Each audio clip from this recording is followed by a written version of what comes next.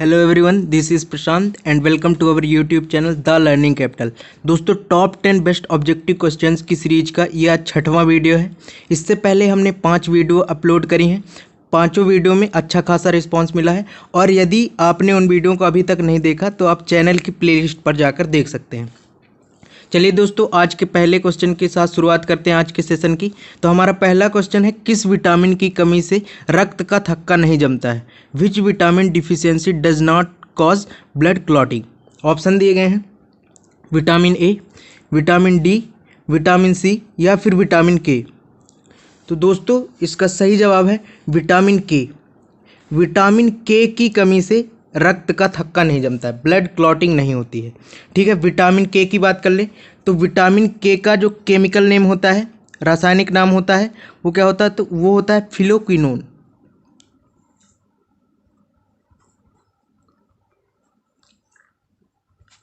Phylloquinone होता है। ठीक है, अब इनकी बात कर लेते हैं। तो विटामिन सी की बात कर लें तो विटामिन सी का केमिकल नेम क्या है? विटामिन सी का केमिकल नेम है एस्कॉर्बिक अम्ल, एस्कॉर्बिक एसिड, एस्कॉर्बिक एसिड। ठीक है, और इसकी कमी से कौन सा रोग होता है? तो इसकी कमी से होता है स्कर्वी या मसूड़ों से संबंधित तकलीफ विटामिन सी की कमी से होती है। विटामिन डी की बात कर लें तो विटामिन डी का केमिकल नेम है, विटामिन डी का केमिकल नेम है कैल्सीफेरॉल।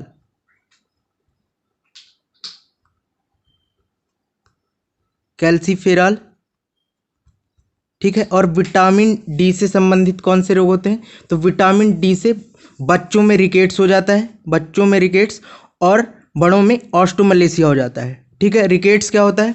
तो रिकेट्स दोस्तों ऐसी बीमारी होती है जिसमें पैर तथा हाथ में अकड़न आ जाती है। ठीक है, अकड़ जाते हैं। विटामिन ए की बात कर लेते हैं तो विटामिन ए का केमिकल नेम होता है रेटिनॉल। ठीक है, और इससे संबंधित कौन से रोग होते हैं? तो इससे संबंधित आँखों से संबंधित रोग हो जाते हैं इसकी कमी से, जैसे कि रतौंधी या फिर जीरोफ्थेलेमिया।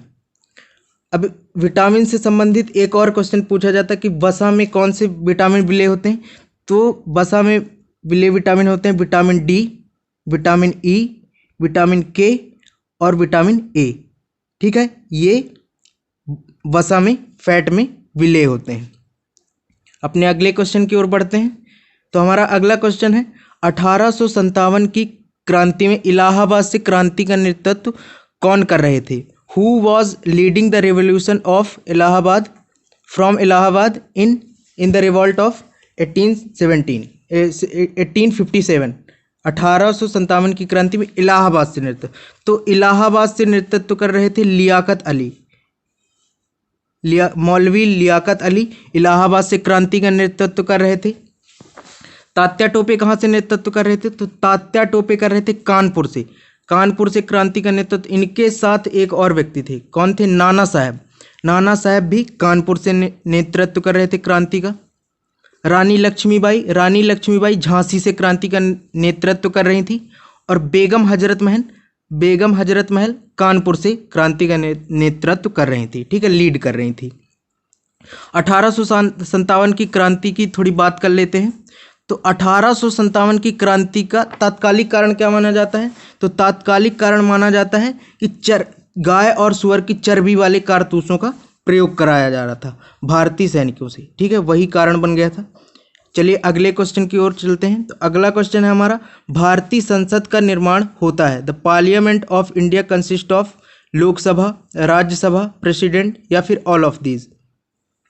तो दोस्तों, जो हमारी भारतीय संसद है वह लोकसभा से, राज्यसभा से और राष्ट्रपति तीनों से मिलकर बनती है। तो इसका ऑप्शन हो जाएगा ऑप्शन नंबर डी, उपयुक्त सभी से, ऑल ऑफ दीज। ठीक है, अभी लोकसभा की बात करें तो लोकसभा स्पीकर कौन है? लोकसभा स्पीकर है ओम बिड़ला। ठीक है, राज्यसभा स्पीकर कौन है? राज्यसभा सभापति वेंकैया नायडू, जो उपराष्ट्रपति हैं। उपराष्ट्रपति का पदेन पद होता है राज्यसभा स्पीकर का, राज्यसभा सभापति का। राष्ट्रपति कौन है? तो राष्ट्रपति अभी वर्तमान में है रामनाथ कोविंद। चलिए दोस्तों अगले क्वेश्चन की ओर बढ़ते हैं। हमारा अगला क्वेश्चन है, इनमें से कौन सी धातु सबसे अधिक क्रियाशील धातु है? Which of these metals is the most active metals? Option दिए गए हैं, पोटेशियम, सोडियम, कैल्शियम या फिर मैग्नीशियम। तो दोस्तों इसका सही जवाब है पोटेशियम। पोटेशियम सबसे अधिक क्रियाशील धातु, सबसे ज़्यादा एक्टिव मटेरियल है, ठीक है। और जैसे दिए गए हैं क्रम, पोटेशियम, पोटेशियम के बाद सोडियम, सोडियम के बाद कैल्शियम और फिर मैग्नीशियम, ऐसा ही क्रम चलता है इनकी क्रियाशीलता का। अगले क्वेश्चन की ओर बढ़ते हैं। तो हमारा अगला क्वेश्चन है, डायनामाइट की खोज किसने की थी? Who discovered the dynamite? Option दिए गए हैं दोस्तों, ई टॉर्सेली, जी ब्रॉडशॉ, चार्ल्स गुडियर या फिर अल्फ्रेड नोबल। तो दोस्तों इसका सही जवाब है अल्फ्रेड नोबल। अल्फ्रेड नोबल के द्वारा डायनामाइट की खोज की गई थी। इन्हीं के नाम पर हर साल नोबेल पुरस्कार दिया जाता है, हर साल नोबेल पुरस्कार। और कितने क्षेत्रों में? 5 क्षेत्रों में, ठीक है। केमिस्ट्री, रसायन के क्षेत्र में, साहित्य के क्षेत्र में, लिटरेचर के क्षेत्र में, है ना, शांति जिसको पीस बोला जाता है, पीस के in the field of peace, भौतिकी के क्षेत्र में, फिजिक्स के क्षेत्र में, है ना, और मेडिसिन के क्षेत्र में, चिकित्सा के क्षेत्र में, 5 क्षेत्रों में हर साल दिया जाता है नोबेल पुरस्कार। इनकी बात कर लें तो चार्ल्स गुडियर ने वल्कनीकृत रबड़ की खोज की थी, जी ब्रॉडशॉ के द्वारा स्कूटर की खोज की गई थी और ई टॉर्सेली के द्वारा बैरोमीटर की खोज की गई थी। बैरोमीटर जिससे एयर का प्रेशर मापा जाता है, वायुदाब, ठीक है।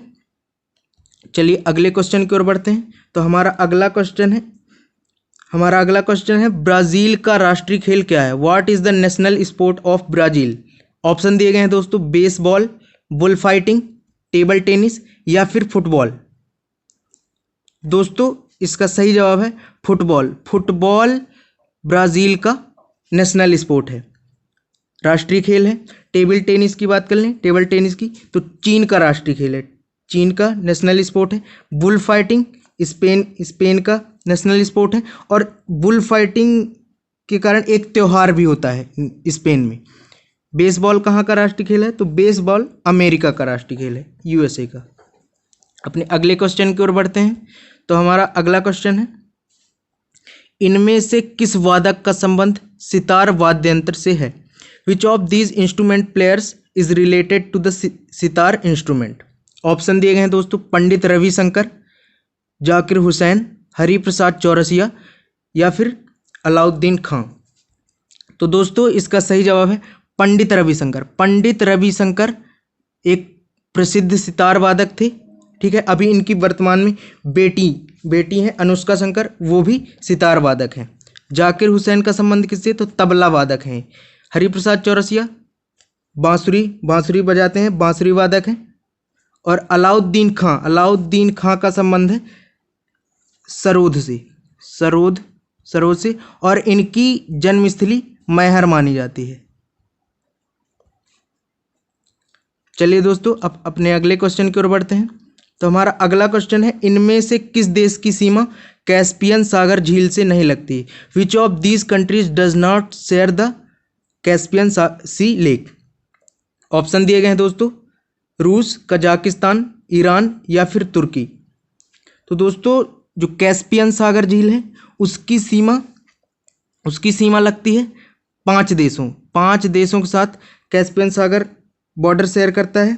कौन कौन से देश हैं? तो वो अजरबैजान, ईरान, कजाकिस्तान, रूस और तुर्कमेनिस्तान। तो रूस, कजाकिस्तान, ईरान तीनों की सीमा लगती है कैस्पियन सागर झील से। तुर्की की सीमा नहीं लगती है कैस्पियन सागर झील से, तो इसका आंसर हो जाएगा ऑप्शन नंबर डी। अपने अगले क्वेश्चन की ओर बढ़ते हैं। हाँ दोस्तों, कैस्पियन सागर झील संसार की सबसे बड़ी झील है, सबसे लार्जेस्ट लेक है वर्ल्ड की। अब अपने अगले क्वेश्चन की ओर बढ़ते हैं। तो हमारा अगला क्वेश्चन है, भारत का सुदूरतम दक्षिणी बिंदु क्या है? What is the southern most point of India? Option दिए गए हैं दोस्तों, इंदिरा पॉइंट, सर क्रीक या फिर कन्याकुमारी, केप कैमोरिन। तो दोस्तों जब हमसे भारत का सदर्न मोस्ट पॉइंट पूछा जाता है तो वो क्या होता है? इंदिरा पॉइंट। इंदिरा पॉइंट होता है, तो इसका ऑप्शन नंबर बी सही हो जाएगा। और यदि मुख्य भूमि का दक्षिणतम बिंदु पूछा जाता है तो कन्याकुमारी में केप कैमोरिन, ये मुख्य भूमि का सबसे दक्षिणी पॉइंट है।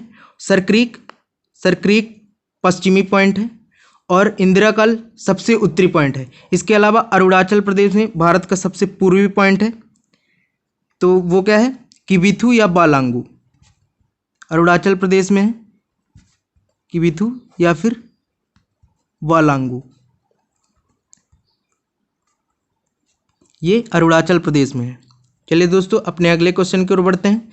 तो हमारा अगला क्वेश्चन है, आज का लास्ट क्वेश्चन है, भारत के किस शहर को कोयला नगरी के नाम से जाना जाता है? Which city of India is known as coal city? Option दिए गए हैं दोस्तों, कलकत्ता, रांची, धनबाद या फिर जयपुर। तो दोस्तों भारत का जो कोयला नगरी है वो क्या है, धनबाद। धनबाद को कोयला नगरी, कोल सिटी के नाम से जाना जाता है। ये कहाँ है, यूपी में है। यूपी में कोलकाता की बात कर लें तो कोलकाता है पश्चिम बंगाल की राजधानी, वेस्ट बंगाल की, ठीक है। और कोलकाता को कहा जाता है डायमंड हार्बर और भारत का टॉलीवुड। जयपुर को कहा जाता है पिंक सिटी। और रांची की बात कर लें तो रांची झारखंड की कैपिटल है, झारखंड की राजधानी है और इसको झरनों का शहर कहा जाता है। जयपुर राजस्थान की एक प्रमुख सिटी है। तो ये था दोस्तों आज का हमारा सेशन। यदि आपको वीडियो अच्छी लगी हो, वीडियो पसंद आई हो तो अपने दोस्तों के साथ ज़रूर शेयर करें। मिलते हैं आपसे अगली वीडियो में। धन्यवाद।